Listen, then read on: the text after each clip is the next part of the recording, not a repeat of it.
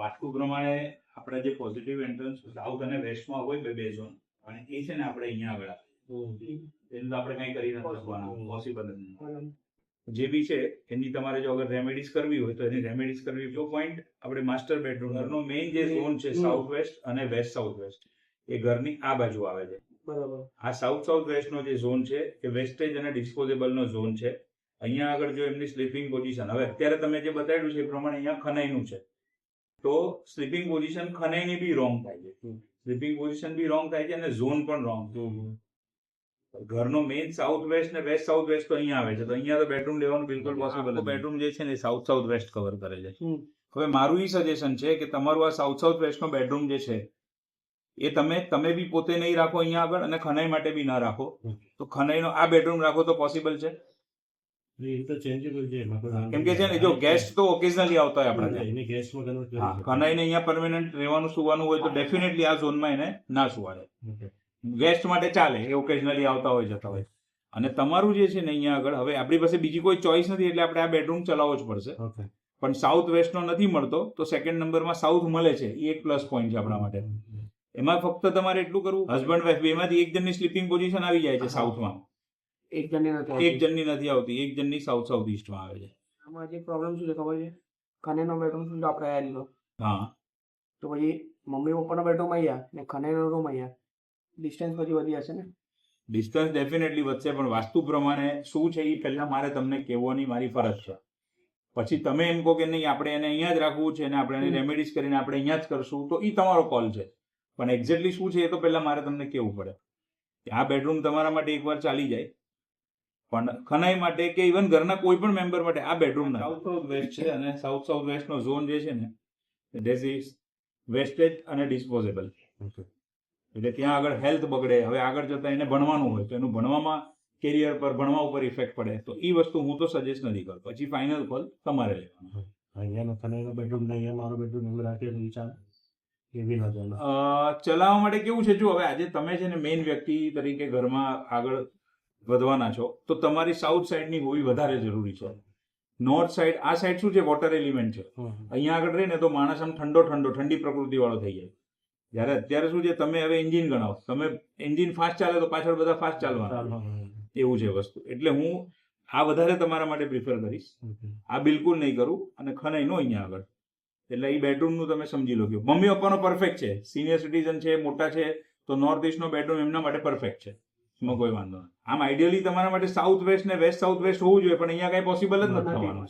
અને આખો આ સાઉથ વેસ્ટ નો જે ઝોન છે એ આપણો આખો કટ થઈ જાય, જે આપણને husband wife relationship, overall financial stability, business stability માટે બહુ જ ઇમ્પોર્ટન્ટ છે. એ આખો ઝોન અહીંયા કટ થાય છે. હવે બીજા નંબરમાં જે તમે અહીંયા વેસ્ટ સાઉથ વેસ્ટમાં, આ તમે અહીંયા વોશિંગ મશીન બતાવ્યું છે, અને અહીંયા આગળ તમે ફૂલ ક્રોકરી યુનિટ બતાવ્યું છે.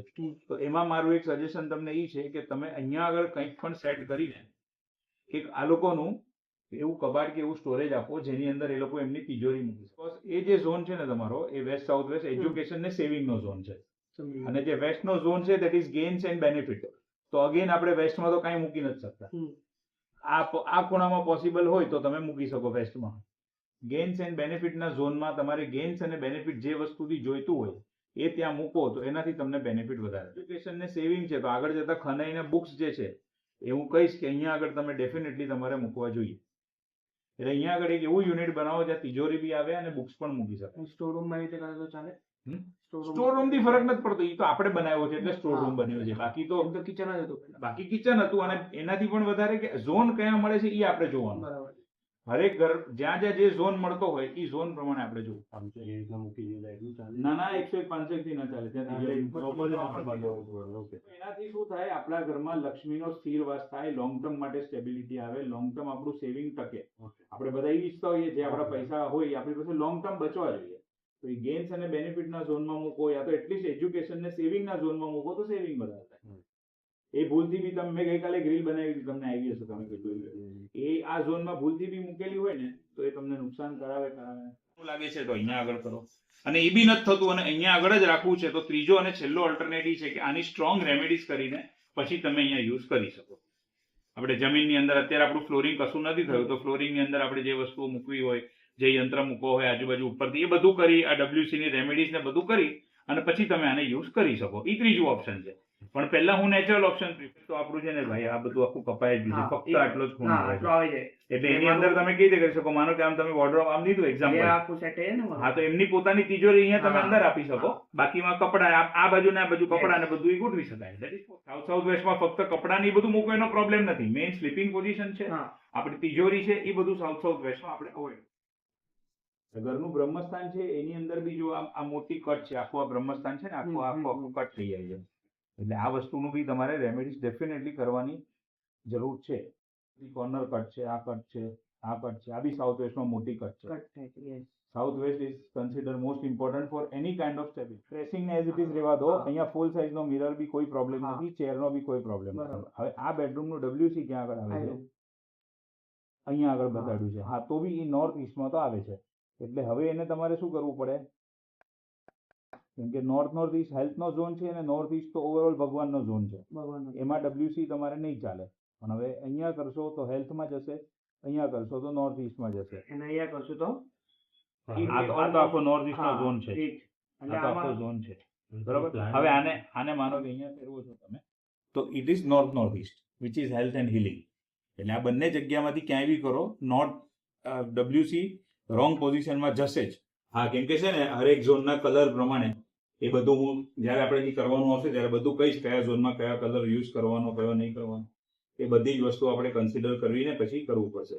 મેઇન શું છે જે ઝોનના જે કલર છે એનાથી એન્ટી કલર ના આવવા જોઈએ.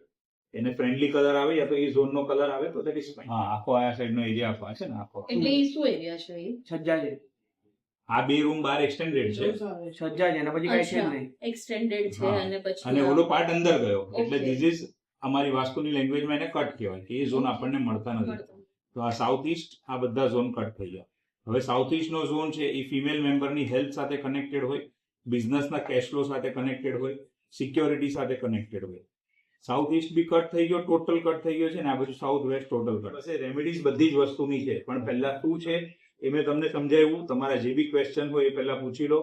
એકવાર લેઆઉટ ફાઇનલ થશે પછી એના ઉપર આપણે વિચાર. મંદિર રૂમ તમે બનાવો છો but that is coming in north zone. જ્યારે મંદિર Yes. માટેનો બેસ્ટ ઝોન છે that ફેસિંગ વેસ્ટ છે મીઠું લઈ આવે. હા એટલે એ બી ખોટું હા. ફેસિંગ છે. Facing East north west. હોય કાં તો ઈસ્ટ હોય. ઈસ્ટ વેસ્ટ એમ નહીં, આઈધર ઈસ્ટ હા લાગે or છે. north. હા હા હા તો એટલે અહીંયા આગળ મંદિર બનાવે તો આમ ફેસ કરે તો ચાલે અથવા આમ કરે તો ચાલે. હવે આમ તો પોસિબલ નથી. આમ થાય આમ હા આમ થાય તો આમ કરવાનું છે. પણ એ થાય છે નોર્થ હા એટલે અહીંયા બેસીને હું હા. સમજો નોર્થ ને હા. જોઉં છું દેટ ઇઝ ફાઇન. ચાલ. યસ હવે ઈ જ વસ્તુ માનો કે આ તમે અહીંયા રૂમ નથી બનાવતા, સિમ્પલ મંદિર તમે અહીંયા નોર્થ ઈસ્ટના પ્રોપર ઝોનમાં મૂકી દો છો તો બી અહીંયા માણસ ઉભો રહે પૂજા કરે તો એ નોર્થમાં જ ફેસિંગ કરશે. હા એ north એટલે એ ખૂણો ફર્સ્ટ ક્લાસ થઈ જશે. અને 1% કેસમાં તમે આને આમ મૂકો છો એક્ઝામ્પલ તો Towards અહીંયા east. ઉભો રહેશે તો ઈસ્ટ થશે. East. એટલે આ ખૂણો એકદમ પરફેક્ટ છે મંદિર મૂકવા માટે. ભાઈ ખાલી છે બેડરૂમ આવે છે બસ હા આ ખૂણામાં બી ચાલે અને આ ખૂણામાં બી ચાલે. બંનેમાં નોર્થ ઈસ્ટ કન્ટિન્યુ થાય છે. તો આપણી જે બીજી બધી ડિફેક્ટ છે ને એ થોડીક આપણને એમાં રાહત થાય જો મંદિર પ્રોપર પોઝિશનમાં હોય. ઓપોર્ચ્યુનિટીના ઝોનમાં તમે મંદિર મૂકો તો તમને પૈસા કમાવા નવી ઓપોર્ચ્યુનિટી આવે એમાં તમારું મન લાગવું જોઈએ, એ તમને મળવું જોઈએ. એની બદલે તમને ધાર્મિક ઓપોર્ચ્યુનિટી આવે, તમારું મન ધર્મમાં લાગે તો ધર્મ કરવો જોઈએ. પણ એના ટાઈમે હું મારું સજેશન આપું છું, ફાઇનલ કોલ તમારો છે. જો તમારે ગેસ્ટ બેડરૂમની જરૂર ના હોય ઘરમાં તો આને જેમણે હમણાં પ્રતિકભાઈએ કીધું એ પ્રમાણે અહીંયા આગળ વોક ઇન વોર્ડરોબ બનાવી, તિજોરીને એ બધું અહીંયા આગળ બનાવીને ખનઈની સાથે તમારી ત્રણેયની સ્લીપિંગ પોઝિશન પ્રમાણે તો તમારું એ બી પર્પસ પૂરો થઈ જાય છે. અહીંયા મંદિર મૂકી દો, વોર્ડરોબ ને બધું અહીંયા આવી જાય. આ જ તમારો પૂજા રૂમ થઈ ગયો સુવાની પોઝિશન આ થઈ તમે અને મમ્મી પપ્પાના બેડરૂમ અહીંયા આગળ આવી ગયું. જો ગેસ્ટ બેડરૂમ તમારે કમ્પલસરી ના હોય તો તમારું બધું ખનઈ બી તમારા સાથે રહેશે, અહીંયા આગળ બધું આવી જશે, અહીંયા મમ્મી પપ્પાનું કામ થઈ જશે અને અહીંયા તમારું મંદિરનું કામ. મંદિર અને વોટર હા અને તમને જે માસ્ટર બેડરૂમ ને વોક ઇન વોર્ડરોબ બધું જોઈએ છે એ બધું તમારું અહીંયા પરફેક્ટ સેટ થઈ જશે.